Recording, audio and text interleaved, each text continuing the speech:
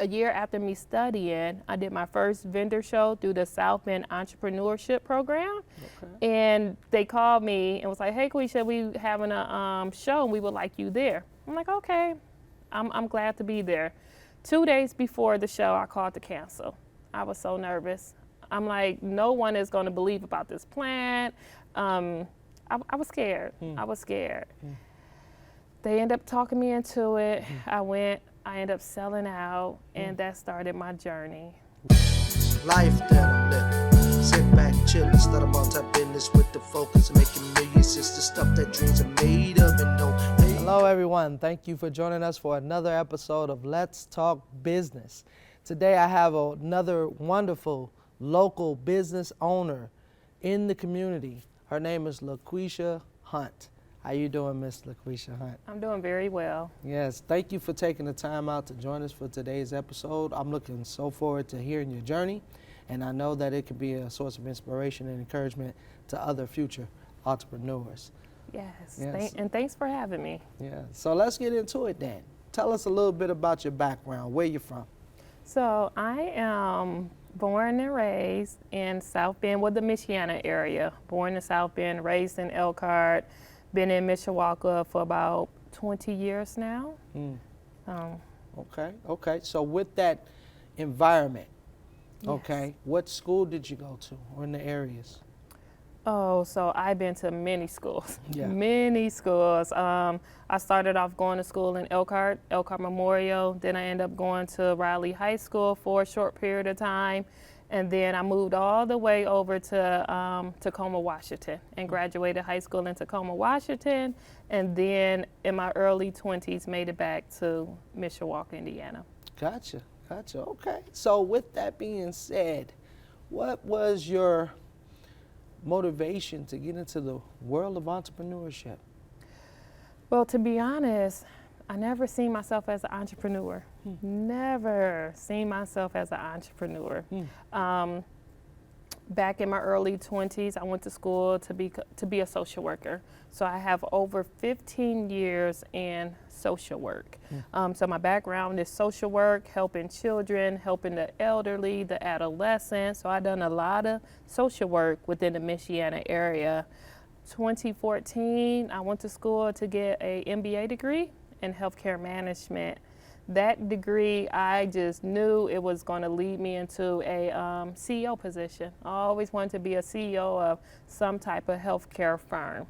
Moving forward, 2020 happened. Everybody know that's when COVID, the big shift in the world took place. I ended up losing my job in 2020. So when I lost my job in 2020, I just decided I would never, ever give anyone a chance to fire me. And that's how I came about being in the world of now entrepreneurship. Okay, well, thank you for sharing that. And you know, it's sad because there were many, many people who experienced the same thing during that time period. And some people still haven't recovered. Correct. You know, whereas with you, your mindset changed a little bit. And I love how you said, I would never allow another person to fire me. So you hired yourself, obviously. So with that being said, what business did you start and how'd you go about doing that? So the first business I started was a trucking company. I came and told my mom, like, Mom, we got to do something. I lost my job. I went home in defeat, but I went home in empowerment. I went and watched Oprah Winfrey, Tyler Perry, Michael Jordan, because I know everybody had a story, and I wanted to hear some of the stories. So I come to my mom, like, Mom, we need to start us a trucking company. So I started just doing the research on how to even become in the trucking industry. So we ended up getting us a truck. And then my mom and my grandfather would drive 3,000 some miles away, dropping off U-Hauls, dropping off things in the trucking industry. Fast forward, it was a lot. And at that time, my grandfather was in his late 70s, and I'm just like, no, I gotta do something different. I ended up getting sick. I ended up having a thyroid disorder that caused for me to have my thyroids removed. and I was told for the rest of my life I had to be put on a medication. And I am holistic. I love natural way of healing our body. And I kept telling my doctor, like, no, I don't want to be on this medication. At that time, I was only 35. So I began researching natural ways to give me iodine, natural ways to heal my body. I found out on TikTok about this sea plant that was called sea moss, and how sea moss can give you the natural iodine. So I ended up ordering this sea plant from this company, and I ended up doing it as the instructions said to do. But I let it sit out. And my mom came to me yelling. She was like, why did you order this and you let this plant sit out? I'm like, I don't know, but I need to try it. So I remade it again, and I tried it, and it was horrible. Horrible, just as TikTok reviews said about it. They was telling about sea moss, how horrible the taste was. Moving forward, I end up naturally flavoring it, and once I flavored the sea moss, I began to take it. And when I began to take it, it started giving me iodine, help with my knee pain, and I'm just like, no, this cannot just be for me. So I began giving this sea plant to many people, and like, just give me your testimonial. Let me know what this plant is doing for you. And many people kept telling me, you should start a business. You should start a business. You are helping people. So February 6th of 2022, I launched a sea moss business. I became a sea moss distributor. Okay. Well, that's amazing that you were able to find the niche in the market by, you being your first customer. Yes. Yeah, good stuff. And that's amazing. TikTok helped you discover that, huh? TikTok, yes. There's so much going on with that right now. Yeah, but I appreciate you sharing that, because you saw an opportunity and you took advantage of it, and you wasn't being selfish with it. You wanted to help other people, and as a result of that, people obviously were giving you testimonies of how it was working for them. So what did you do with those testimonies? Oh my gosh, what did I do with those testimonies? So I ended up printing out a book, and I ended up just putting them in a book. And where I went to, I was telling people, like, have you heard of sea moss? At that time, a lot of people was like, what is it? So I began educating people about the benefits of sea moss, how it can help lower your blood pressure, stabilize your insulin, how it targets inflammation. So when I first started sea moss, everybody kept wanting me to do like these big vendor events. At that time, as an entrepreneur, I didn't know anything about signing up to do events or anything. I'm just like, no, I just really want to learn this product. It took me about a year to really dive in to the benefits of it, if it had any side effects to other medication. So I took a year to really study this plant. A year after me studying, I did my first vendor show through the South Bend Entrepreneurship Program. And they called me and was like, hey, Lacquisha, we having a show and we would like you there. I'm like, okay, I'm glad to be there. 2 days before the show, I called to cancel. I was so nervous. I'm like, no one is going to believe about this plant. I was scared. I was scared. They ended up talking me into it. I ended up selling out, and that started my journey. Wow. See, you had to get past the fear, huh? Yes. So what's that like? What was that fear motivated by? Was it the fear of people, the fear of rejection? What was the motivation of that fear? It was the fear of being rejected. As a social worker, I am very well known in the community because I do a lot of community events. I'm always trying to help my community. And that's why I started the business, because I am a social worker and I knew that I can help people. But it was the fear of rejection. Who will receive this plant? Who will even understand this plant? And even in my community, I didn't want this sea plant to be like a culture thing. I didn't want it just to be for African Americans. So I'm taking this plant to all types of different events, and sometimes at the events, I'm the only one that looked like me. So it was the fear of rejection that I had to overcome. Gotcha. Well, thank you for sharing that with us, because that is something that a lot of up-and-coming initial startups, they have that fear factor. It might be something different, but it's still a fear factor, and you've inspired, no doubt, many to be able to get over the hump of that. So let me ask you this then. Since you found a way to get this business going, did you decide to have a business plan? And did you go through, you said you went through a program. What did they teach you in that program to help you to establish your business in a legal way before it started in the year it did? So sometimes, now don't hold me to this now.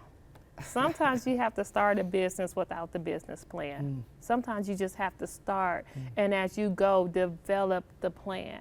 I knew I had a product. I knew I can help. Let me get out into the community to help. As years began to go on, I began to develop the business plan. Okay. So As far as that goes, then now let me ask you this. Did the program help you to get it registered with the state, or how did that come about? Who helped you with that? So when I started the South Bend Entrepreneurship Program, at first I thought I was overqualified because I do have an MBA degree. And I'm like, how can this help me? How can an entrepreneurship program help someone with an MBA degree? It's two different totally ball games. I am so thankful for the South Bend Entrepreneurship Program. When I went into this program, I already had my business registered. I was already LLC, already had it registered with the state. But this entrepreneurship program opened my mind up into becoming, as they call it, as a bulldog in your business. How do you become a bulldog? You go to places where it may just be you, the only color. You go into places where you have the fear, and you step in with the confidence, the knowing that I have a business, I know who I am, and I'm going to do well. So this program really helped motivate me and shape me into who I am now. Okay, beautiful, beautiful. So it sounds like you gained that proof of concept by getting out there. Yes. Sold out. And now, so when you think about this, what exactly industry is this part of? Is it the retail industry? What is it exactly? What industry would you classify it in? So when I registered for the state, they told me it had to be under retail. But as I move forward along in this business, I'm starting to see more health and wellness with this product. Gotcha. Okay. Well, that's good. It's good to know where exactly your product stands alone. So now, do you have a brick and mortar, or how are you selling and producing this service to the people? So right now we are at 3 different farmers market. So I sell at the farmers market in South Bend that's been open for 100 years. So that is my main location to where I sell at on Tuesday, Thursdays, and Saturdays. Then we sell at another farmers market on Colfax Street. And then also the South Bend, the city of South Bend have a farmers market that runs from May through October. And it's the South Bend Linden Avenue Market. Okay. Okay. Well, this is good stuff. I'm glad to know we have these locations established where you are, so people can get your services and your product. So you mentioned earlier about the trucking industry and how your family helped you, and then you also mentioned sometimes with this new company that you established that you were by yourself. Yes. Where are you now? Do you have a support team, social media team? How does that work for you now? Yes, so I definitely have a support team. This is not I business. I have a support team, so I moved my family along on this journey with me. So we ended the trucking, and they are full supportive of the CMOS business. I have my mom that's in place. She helps with my financials. I have my grandfather. I have a daughter that's 14 that she can run my business just like I can. I have 2 cousins that come and help. So this is now our family-owned business. All right, that's what I'm talking about. I love that. And thanks, family, for supporting her. Y'all seem like y'all been there since day one, and that's what we need. So Yes. Was anybody else in your family prior to you having so much of a thrive for this? Was there anybody else that was a mentor that was in the entrepreneurship for you, or are you that first? So I am actually the first, and from my understanding, entrepreneurship was in my great-grandfather. He had a trucking company, and he was an entrepreneur, and I was told that he was a millionaire. So many years ago, entrepreneurship ran in my family. Since then, many of us just work. which is fine. Right. And so I am the first, but I also have a sister that started a business, so she is also an entrepreneur as well. Okay, good stuff. Good stuff. You think you motivated her? Yes. All yes. right, all right. You take the credit for that. All right.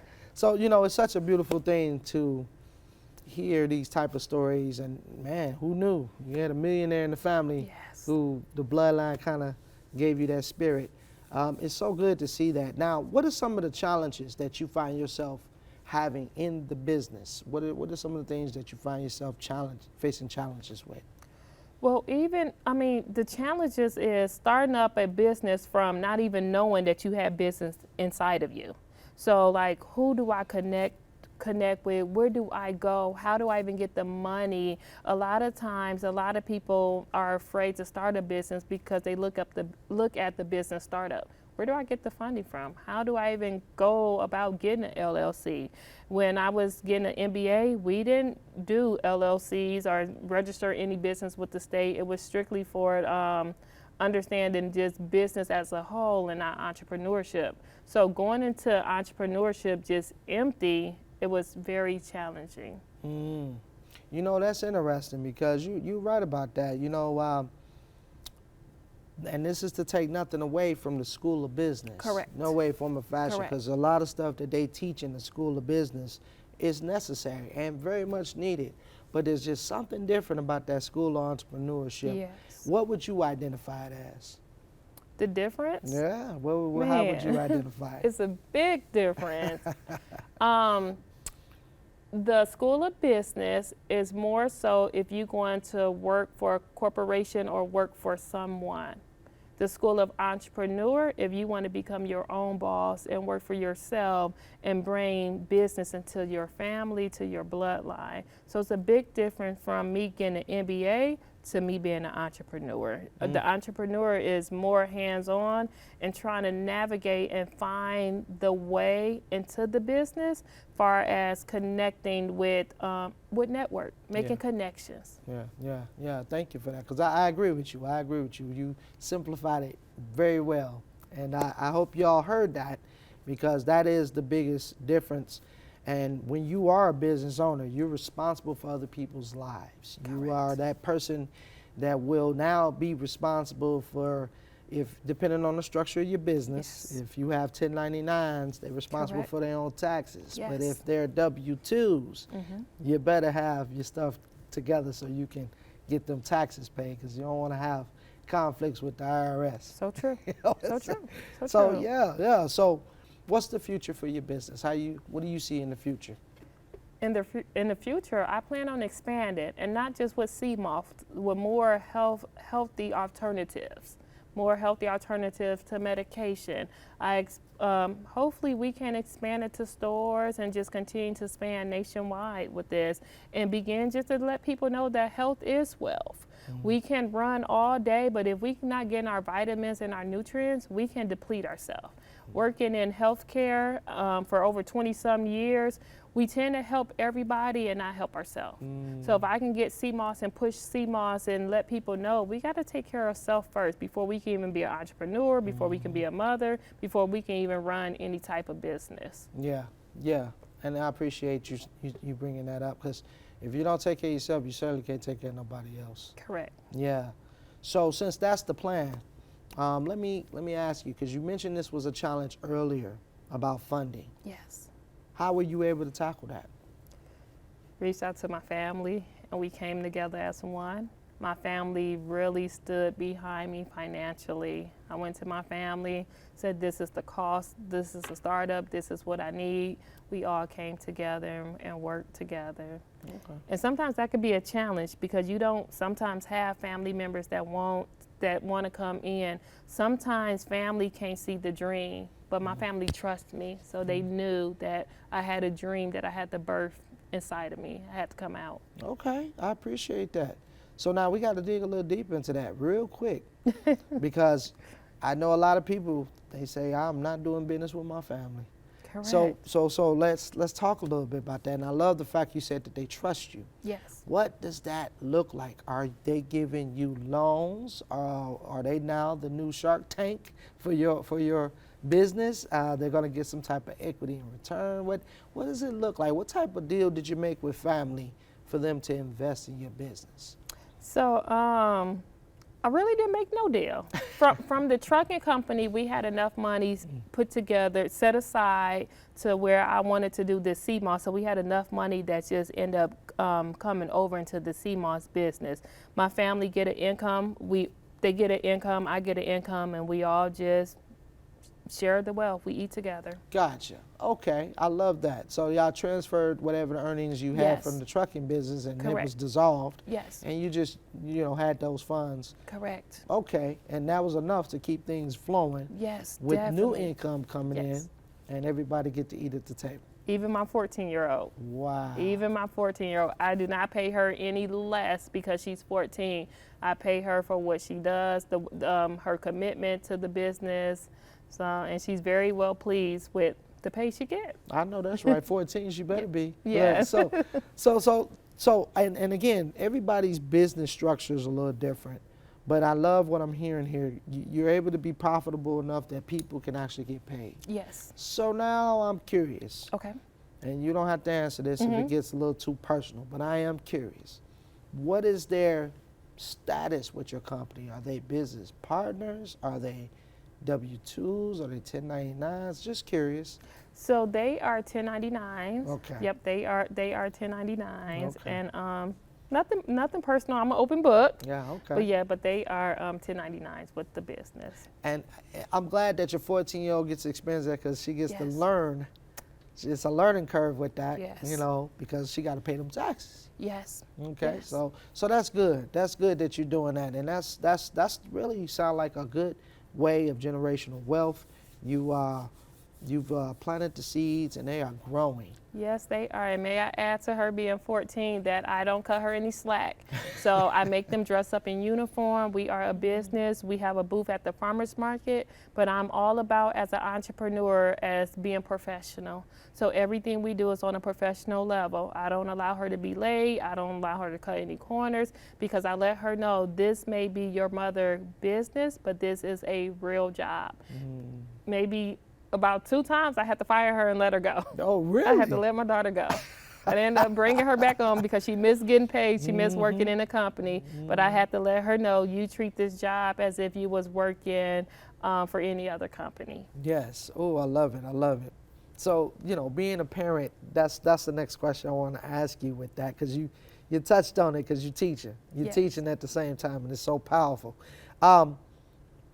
You have a family. You're a mother. Yes. How do you balance being a professional running your own business? You mentioned that you still are you still working as well? No. So the business is everything Yes, right now. it's Okay, everything. great. So how do you balance that out, being a mother with your children? You definitely have to find balance in everything that you do. You need balance.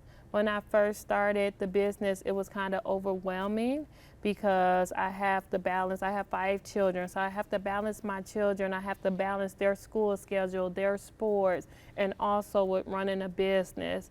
So during the summer, it's pretty much laid back because they don't have all the crazy activities or the things. But during school, I end up getting on hours. So I end up waking up, like I have a shift. I work a shift. But luckily, I can pick which shift I want to work that day. So if I'm really busy during the day, I know that I have to work a night shift. And we know night shift maybe could be from 3 to 11. I have my 8 hours. Sometimes I go to 10 hours, but I have my cutoff time because I also need to balance myself. I also need to put myself in as well, and that's where the self-care. Yeah, absolutely. Gotta have it, because burnout is real. Burnout is real, and a couple of times I have been burnt out. I have been, but when you do become burnt out, you take a break. You don't stop as an entrepreneur. You can't stop. And when this is your only income, you have to keep going, but you take a break. You take a break for self, and trust the people you hire to bring on, that they will do the job the way you would do it. Gotcha. Beautiful, beautiful. So what does the sales pitch or the marketing look like for you guys? I mean, what are you using to get that message out there? I know you say you at the farmer's market, so it's a visible presence, but what other tools are you using for the message to get out there to the people? So we use I'm old school.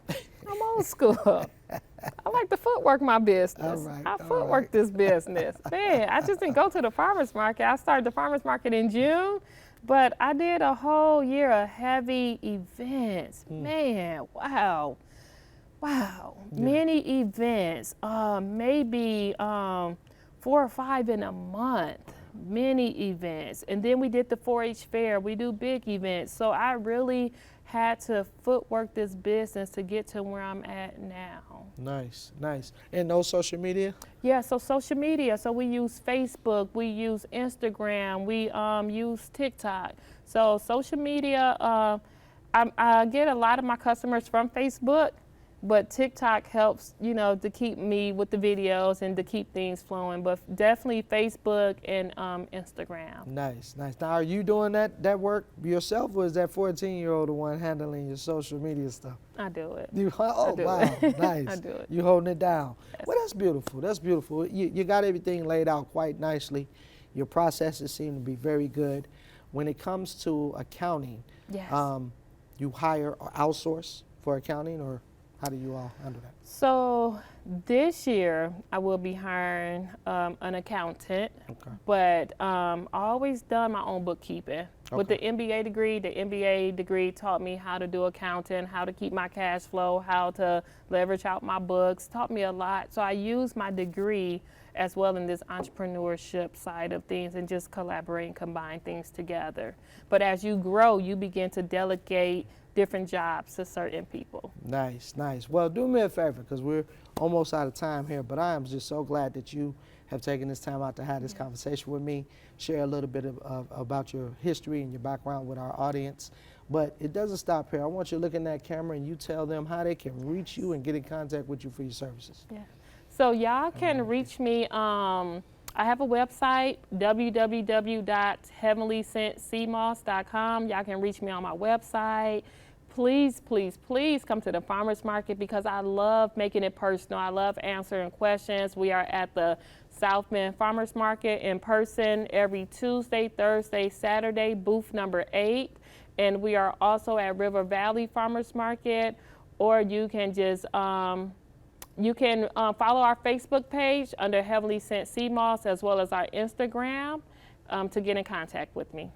All right. Well, you know what? Thank you again for You're this welcome. time, you know. And we hope nothing but success for you, ongoing success, you. and however we can help, let me know. Thank you All so right. much. All right. So everybody, thank you again for joining us for another episode of Let's Talk Business. And as always, we want to encourage and educate and inspire all our future entrepreneurs and business owners to continue to have the boss mindset. You all take care and have a wonderful day.